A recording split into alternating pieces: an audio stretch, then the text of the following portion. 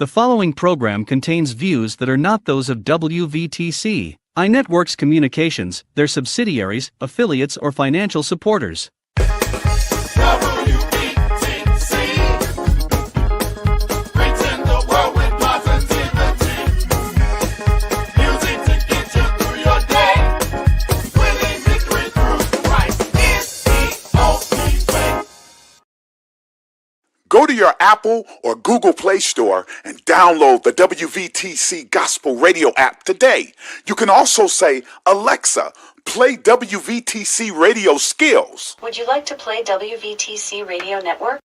Absolutely. Download it today.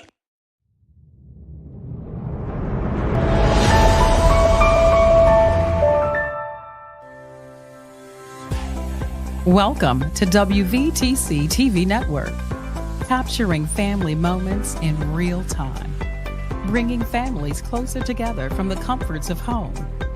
We are unleashing something different to the world. Start your subscription today for the low price of $4.99 per month or $55 annually. Go to www.wvtctvnetwork.com to sign up today. WVTC TV Network is streaming live on 8 different platforms. You can easily download the WVTC TV Network app on the Apple Store, Play Store, Roku, Fire TV, and more. Here at WVTC TV, we have access to movies that everyone can enjoy, including independent films, Sons of a Preacher and a Good Thing, Treasures of Life, the epic drama, The Passion of the Christ, and the box office hit Madagascar Escape to Africa. Remember, go to www.wvtctvnetwork.com and sign up today.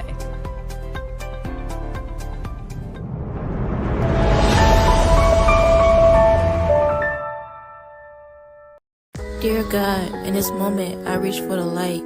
When the path seems uncertain and hope feels out of sight, guide me through the darkness, let your love be my guide. In the depths of my struggles, I know you're by my side. When the world fades away, I find myself wandering through memories, tracing the lines of who I used to be. In the quiet night, when the world fades away, I find myself wandering through memories, tracing the lines of who I used to be. A tapestry woven with dreams and scars, each thread a story, each color a part of the journey that shaped me, the battles I fought. In the mirror I see a reflection, a mosaic of moments, a collection of lessons. From laughter to tears, from joy to despair, every heartbeat whispers, you're still standing there. Who I am is a melody, a rhythm of my soul, a symphony of hopes, a tale yet to be told. I'm the echoes. Good evening. Thank you for joining Live Dream Survivors podcast show this evening. Today I have a guest on here today, which I feel privileged, honored to have. Reverend Franklin Morris is going to be on my show today. Today we're going to switch it a little bit. We're going to talk about men that have experienced some form of domestic violence abuse. You all have been asking and prayed about it and decided to go forth with doing the show about the podcast show about men experiencing domestic violence abuse. And today, Reverend Morris is going to share his story, his testimony, as far as his experience with domestic violence abuse. Well, thank you for having me on the show. I don't take it for granted. I don't take it lightly, ever being asked on the show. But I'm not going to say no names. I'm not going to say what relationship it was, but I was in a relationship that wasn't really physical, domestic, more than it was emotional and verbal. Okay. You know, I one thing I don't do, I don't put my hands on women, and so sometimes I felt that was sometimes almost like a okay, I can put my hands on you, but you're not gonna put your hands on me type thing. Mhm. Um, the one time I was struck, I said, you know, I got up, lifted her up in the air, put her on the bed to get her off me, and then I walked out because I said I'm not going to jail by putting my hands on a woman, and Mhm. that's not the way I was raised. So, but the verbal, emotional abuse that I used to receive was just overwhelming. Mhm. You know, people think that it's just women that get abused, but it's men too. Mhm. And it's not the fact is that I'm weak because I could easily just laid her out in one punch, and I knew this, and I Yeah. knew that if I wanted to hurt her, I could. But that's not the way I was raised. I've never heard my mom and dad argue a day in my life when they were together. And they were together for 59 years. But I've been 56 years with them. I've never once heard them arguing, not in front of us. Not sitting there saying they didn't have arguments or conversations, but they never did it in front of us. Okay. So, I guess when I was you know, yeah, hey cousin Gerald, how you doing? Yeah. So when I say that I had the perfect role models of how a real man's supposed to talk to a woman and treat a woman, I had that perfect role model. Not sitting there saying I've been perfect, Mhm. you know, but I have been perfect as far as not putting my hands on a woman. Even I try to do my best, try not to get into a verbal communication argument too. Um, so to the men out there, um, good evening, Good Dr. evening. Bernard. To the men out there that have dealt with domestic violence, I don't care if it's a woman or a man. If they are going to harm you in any way, shape, or form, it's time to go. Good evening. And that was my thing. I said when I got to the point that it was time for me cursing her out, Yeah. that's when I left Yeah. because in X amount of years, I had never sworn at her. In the day I left that relationship, I cursed at her, and I said, you know something, it's time to go Mhm. because I'm not going to jail for nobody. Good evening. Good evening. Good evening. Good evening. Um, so what would be the things that would lead into, the verbal abuse? I mean, what would lead her into talk to you, in a manner that you are uncomfortable with? I honestly, what you believe, a lot of that has to do with the environment that they were brought up in. Um, you know, um, you know, cursing each other out. That was just The way of something their communicating. that was just a way of Mhm. communicating.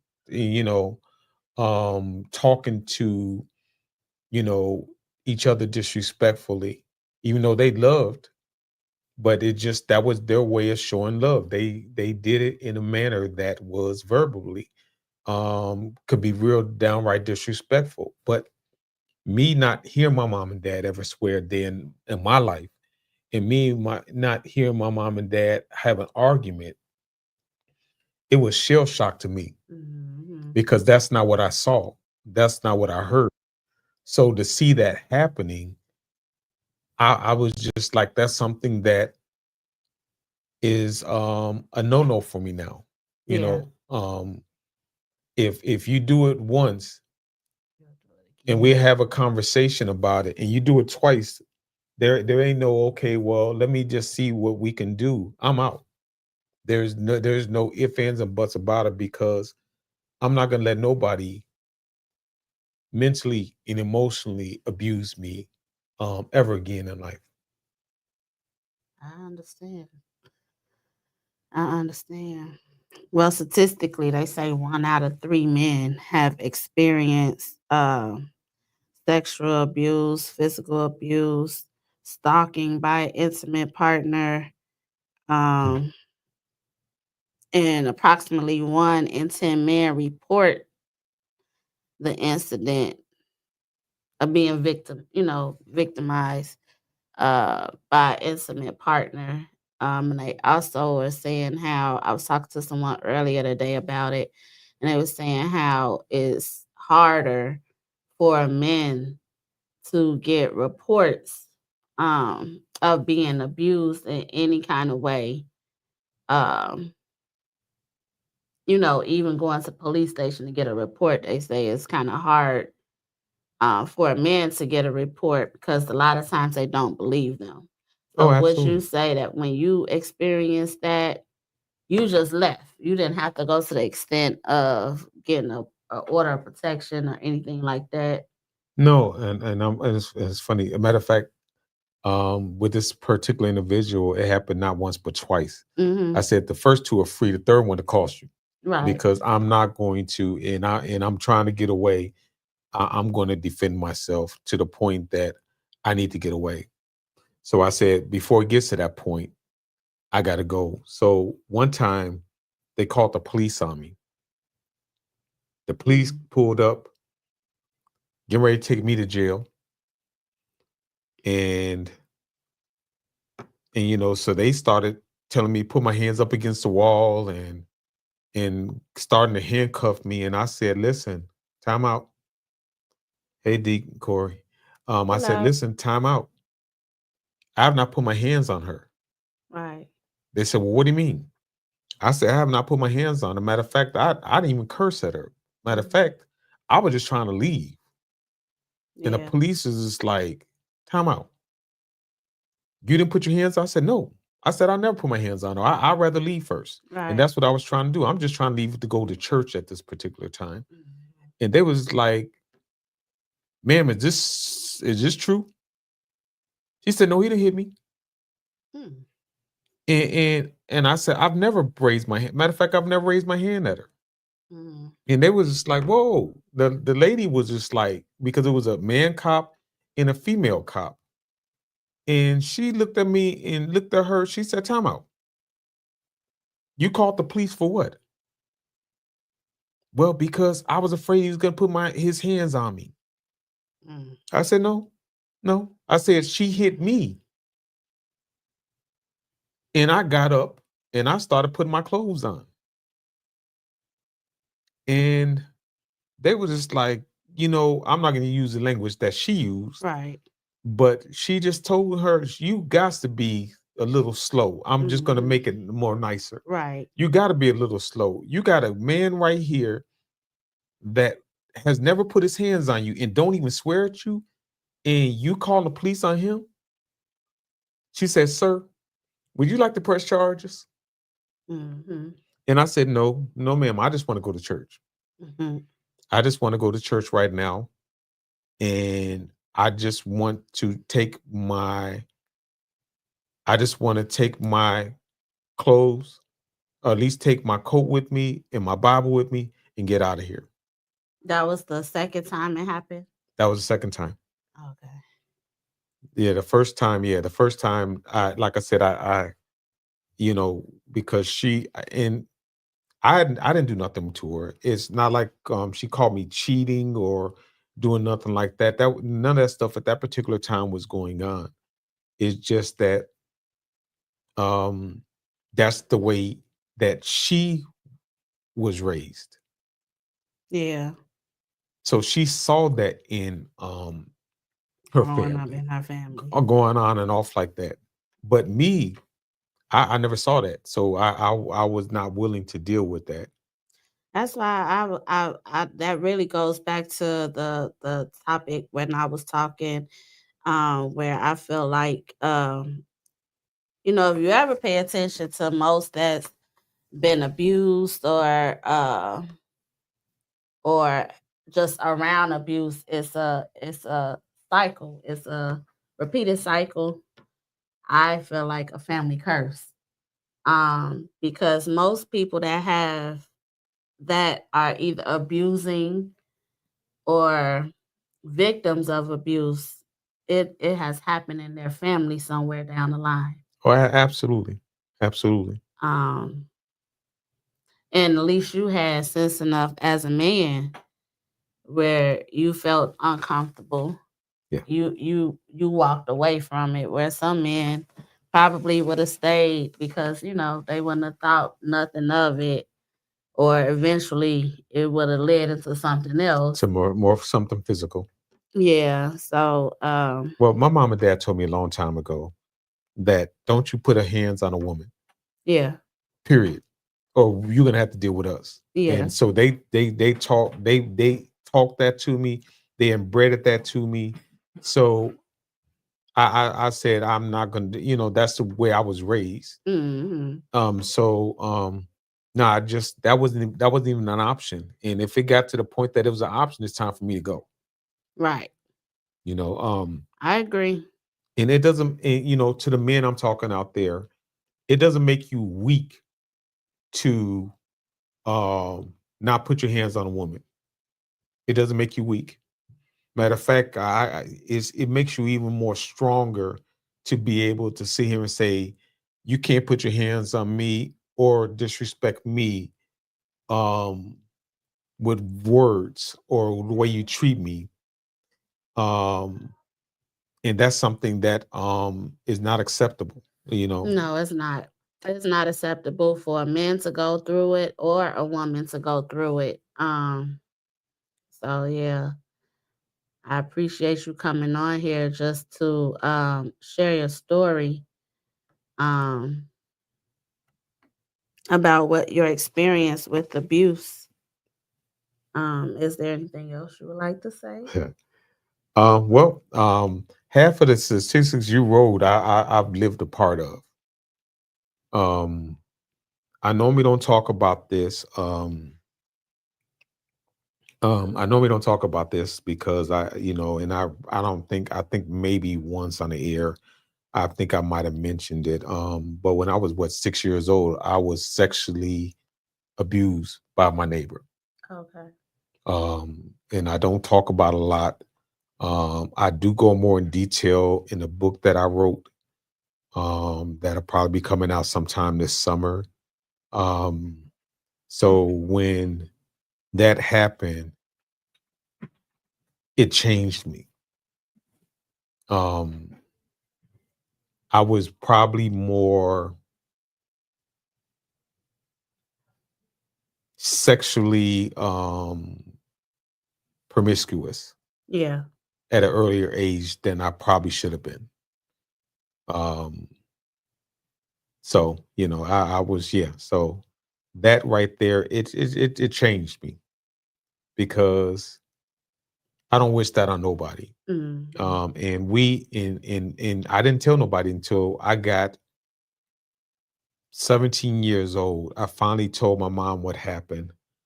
And I didn't go in detail, but I just told her. And Was he watching you? I mean, how y'all was just playing or? um I was taking our garbage in the backyard, and they thought I was outside playing with my next door neighbor, but I was outside taking our garbage in the backyard, and he just so happened to be back there. And he called me twice. Um and then after that, I just didn't take out the garbage, or I walked with a couple people to take out the garbage. But it was more than a notion, and I thank God that number one, we moved not too much longer after that. And number two, that I don't remember who it was when I got older, Mm. because you know, I'll probably be in jail right now, to be honest Yeah. with you. especially when I was younger too, and I was angry. I found myself getting angry a lot, um, just dealing with it. That's why I try to stay patient even as we speak now, Mhm. because I don't ever want to as I preached on the other day, I don't ever want a phrasey to get out. And that's Frank, FRA, and then Z, crazy on the end. I don't ever Right. want phrasey to get out because if he ever gets out, I don't know if I'll be able to stop. So I've learned how to manage my anger. So Did you do any did so after talking to your family, your parents about it, did they push you in any counseling? no, actually, no. Back then, counseling, you really didn't talk about counseling back then. As Mhm. sad as it might sound, but you really did not talk about counseling. But the older I got, I realized that I do need counseling. Mhm. Um, Not just from that, but a lot of other stuff that had portrayed. Because when I was 8 years old, I was sexually abused by a older woman Mhm. at the age of 8. So yeah, I've lived a lot. So did you tell your parents about her? Mm-mm. Matter of fact, and the funniest thing is, as far as that, which is not funny, but I let my mom and dad read my book Mm. that'll be probably published sometime this year.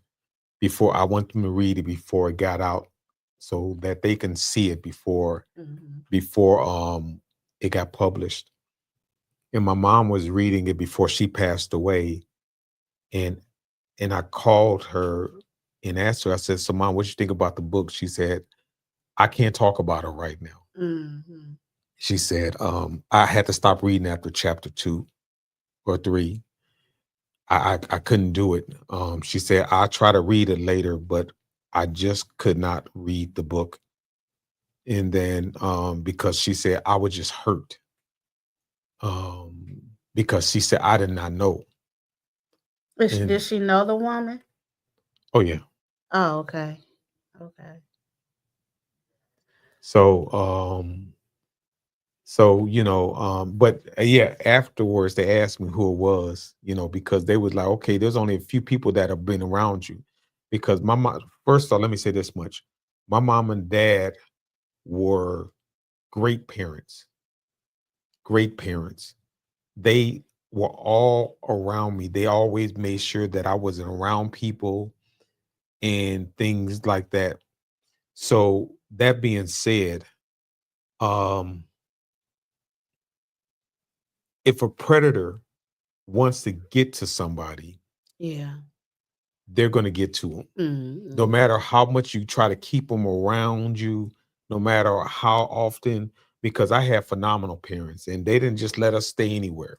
Yeah. Matter of fact, there was only 2 houses I could spend night over.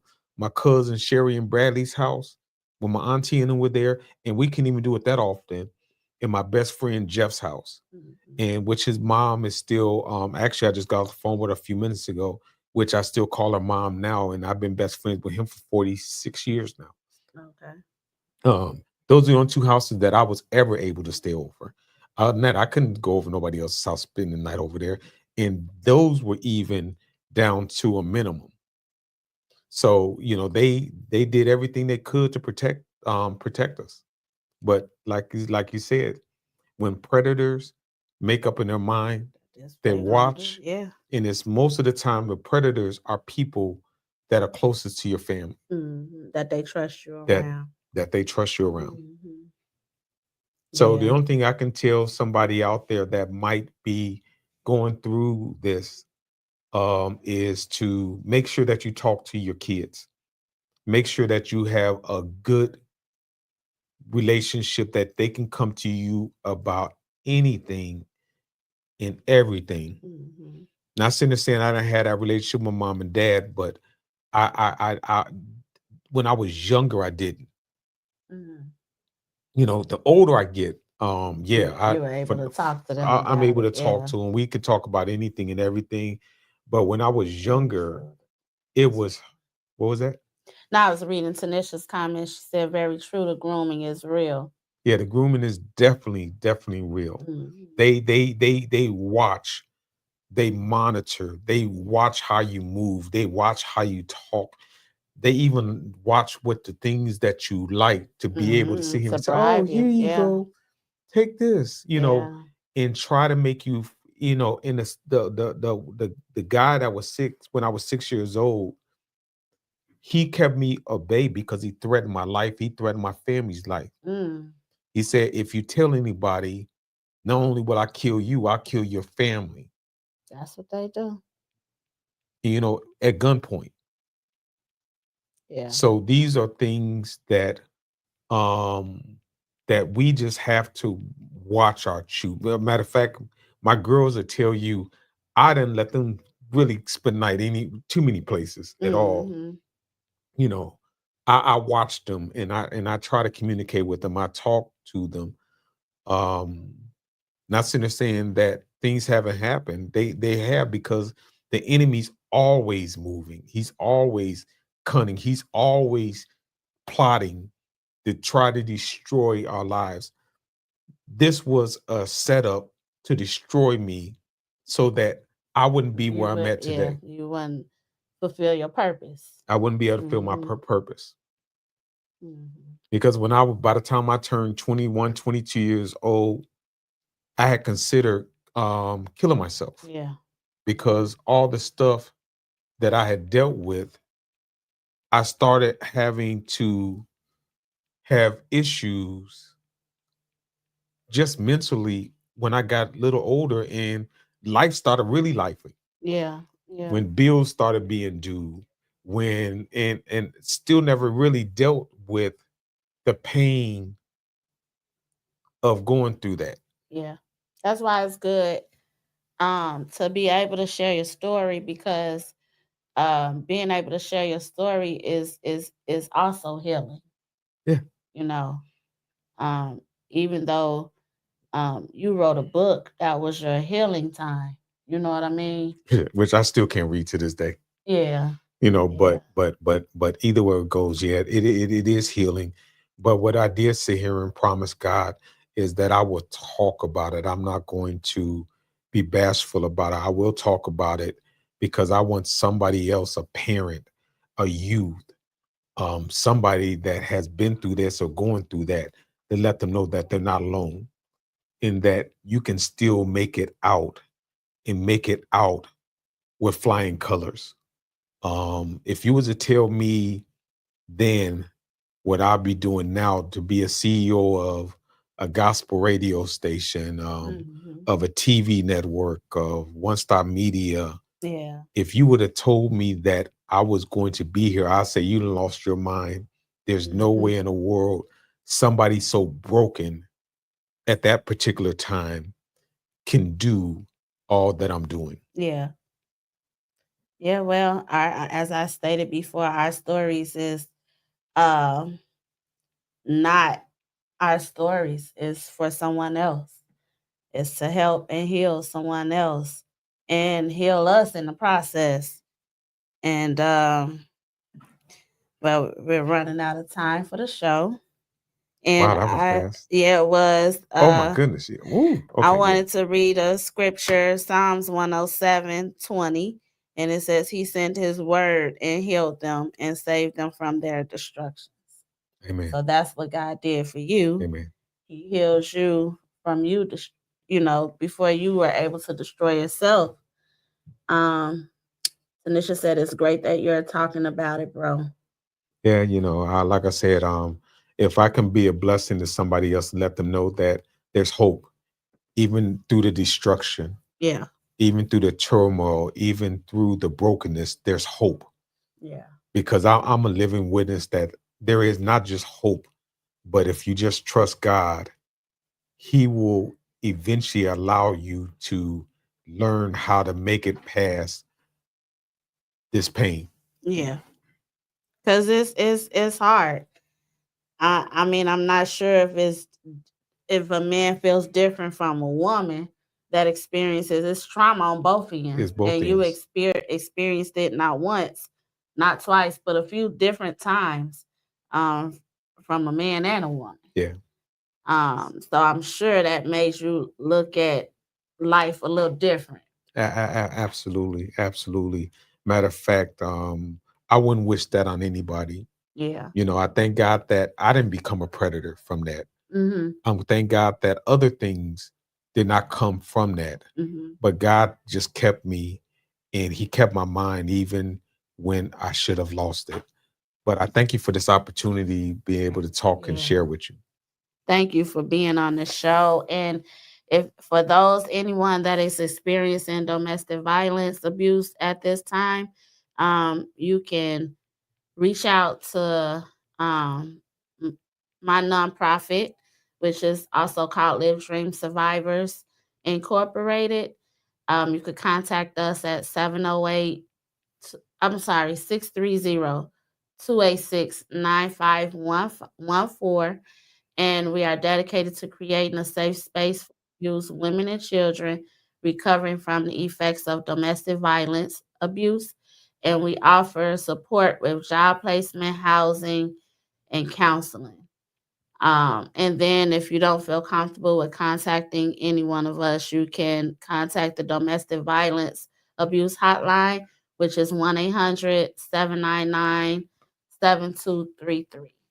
And again, thank you for tuning in to the Live Dream Survivors.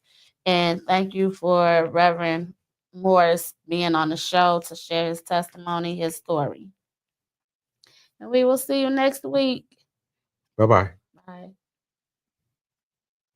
Go to your Apple or Google Play Store and download the WVTC Gospel Radio app today. You can also say, Alexa, play WVTC Radio Skills. Would you like to play WVTC Radio Network? Absolutely. Download it today. Views made on the preceding program are not those of WVTC Radio, iNetworks Communications, or their financial supporters. Winning victory through Christ. WVTC Allsip Chicago. An iNetworks communication station.